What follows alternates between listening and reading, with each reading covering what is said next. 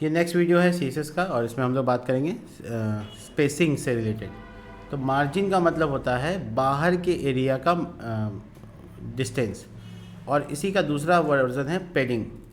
Padding का मतलब होता है अंदर का जो एरिया होता है उसमें स्पेस, यानी बॉक्स के अंदर जो हम एरिया देंगे, मैं मार्जिन देंगे उसे कहेंगे पैडिंग, और बाहर जो देंगे उसे कहेंगे मार्जिन। यानी इनसाइड ये आउटसाइड स्पेस हो गया, आउटसाइड स्पेसिंग, और इसे कहेंगे हम इनसाइड स्पेसिंग। अब इसके क्या वेरिएंट्स हैं सुन लीजिए। अगर आपको मार्जिन सब साइड में देना है तो आपको मार्जिन कॉलन 30 लिखना है। इसका मतलब हुआ कि मार्जिन चारों साइड में आपको मिलेगा। अगर आपको किसी स्पेसिफिक एरिया में चाहिए तो आप लिख सकते हैं मार्जिन डैश टॉप, जिसका मतलब हुआ सिर्फ टॉप में होगा। इसी तरह से लेफ़्ट भी लिख सकते हैं, राइट भी और बॉटम भी। तो ये चारों डायरेक्शन को अलग अलग लिख सकते हैं। अगर आप चारों डायरेक्शन को पैडिंग देना चाहते हैं, पैडिंग का भी सेम केस है। अगर आप सब अंदर में चारों साइड से देना चाहते हैं तो ऐसा, और नहीं तो padding dash top, left, right, bottom, ये आप सब डाल सकते हैं। इससे आपका काम हो जाएगा। एक और बात है इसमें जो बहुत इंटरेस्टिंग है, वो ये है कि आप सिर्फ मार्जिन में ही ये सारा फैसिलिटी डाल सकते हैं। तो जो आप एक वैल्यू लिखते हैं तो वो उसका मतलब होता है ऑल साइड, सभी साइड में। जब आप इसमें दो वैल्यू लिखिएगा मार्जिन में ही बिना टॉप बॉटम के, तो दो वैल्यू अगर आप लिखते हैं 20 और 10, तो जो पहला वाला वैल्यू आप लिखे हैं वो वाई के लिए है, मतलब ऊपर और नीचे के लिए, टॉप और बॉटम के लिए। और जो दूसरा वाला वैल्यू है वो है एक्स, यानी कि राइट और लेफ़्ट के लिए। पता ये चला कि मार्जिन का जो एरिया लिया जाएगा इस वैल्यू में 20 दिया जाएगा टॉप को, और लेफ़्ट को दिया जाएगा 10, फिर 20 दिया जाएगा बॉटम को, और राइट को दिया जाएगा 10। यानी कि एक्स और वाई का कोऑर्डिनेशन है, लेकिन ध्यान रहे पहले नंबर पे वाई आता है, एक्स नहीं, ठीक है। और इसके बाद जो तीसरा तरीका है वो और इंटरेस्टिंग है। उसमें क्या होता है कि आप अलग अलग साइज़ के लिए अलग अलग बता सकते हो। तो यहाँ 4 वैल्यू हम रिप्रेजेंट कर रहे हैं। इसका मतलब पहला जो वैल्यू दिया वो टॉप को चला गया, दूसरा वैल्यू जो दिया है वो राइट को, तीसरा वैल्यू बॉटम को, और चौथा वैल्यू लेफ़्ट को। आप बोलिएगा इसमें कैसा सीक्वेंस आपको सर पता चला? तो ये क्लॉकवाइज है। देखिए घड़ी को देखिएगा, टॉप, राइट, बॉटम, लेफ़्ट।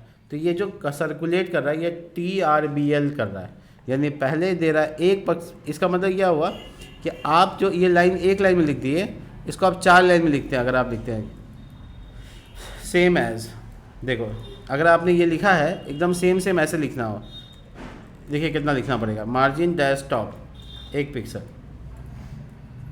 दूसरा margin dash right 3 pixel, margin dash bottom कितना पिक्सल, 4 पिक्सल, और मार्जिन डैश लेफ़्ट 20 पिक्सल। यानी चारों साइड का मार्जिन लिखने के लिए 4 लाइन लिखना पड़ा। और ये इक्वल है ऐसे लिखने से, margin dash 1 pixel, 3 pixel, 4 pixel, 20 pixel. आप सोचिए कि ऊपर वाला 4 लाइन आसान है या ये आसान है? ये शॉर्ट हैंड में हो गया, और यही काम करने के लिए आपको 4 लाइन लिखना पड़ेगा। तो आप ऑब्वियसली नीचे वाला यूज़ कीजिएगा। इसी तरह से अगर दो सेम है, दो तो 2 साइड वाला यूज़ कर सकते हैं, और अगर चारों अलग है तो 4 साइड वाला, और सब सेम है तो पहला वाला, एक ही वैल्यू देना आपको। तो ये 3 वेरिएंट से आप काम कर ले सकते हैं मार्जिन में। सेम चीज़ पैडिंग में भी होता है, कुछ अलग नहीं है, कुछ एक्स्ट्रा नहीं करना है। हम आपको करके दिखाते हैं। देखिए एक बॉक्स लेते हैं जिसका नाम बॉक्स 1 रखा है, और इस बॉक्स के अंदर में कुछ पैराग्राफ लिख लेते हैं। ध्यान से देखना, P tag Lauren Lauren Lauren Lauren, ठीक है। अब ये जो बॉक्स है इसका आउटपुट दिखाते हैं, किधर गया आउटपुट। चलो रन करते हैं दोबारा से, शायद आउटपुट हटा दिया था। ये देखो, तो अब इसका विथ और हाइट फिक्स करते हैं इस बॉक्स का। सीएसएस से लिखा डॉट बॉक्स 1। डॉट क्यों लिखा बताओ तो? क्लास का नाम होने की वजह से, राइट। विथ लगाया 400 पिक्सल, और हाइट लगाया 300 पिक्सल। कोई बैकग्राउंड कलर डाल देते हैं, येलो कलर, ठीक है। देखो अब आपको अंदर से सटा हुआ नज़र आ रहा है टेक्स्ट, थोड़ा गैप चाहिए होता है, उसको बोलते हैं पैडिंग। अब बाहर का बॉक्स को ही इधर उधर करना है तो मार्जिन। तो आपको पैडिंग पहले दिखा देते। देखिए पैडिंग अगर आपने यहाँ 30 पिक्सल लिखा, तो आपका जो एरिया अंदर से चारों तरफ से 30 पिक्सल अलग हो गया, मतलब टेक्स्ट और आपके बॉक्स के बीच में एक स्पेस आ गया, दैट इज़ कॉल्ड पैडिंग। ठीक है, अगर आप इसको ऐसे लिखते हो 30 और 10, तो ये 30 है ये टॉप में और राइट में काम आ रहा है, सॉरी टॉप और बॉटम में, और ये राइट लेफ्ट में। देखिएगा ऊपर नीचे से ज़्यादा है कंपेरेटिवली दाएं बाएं से।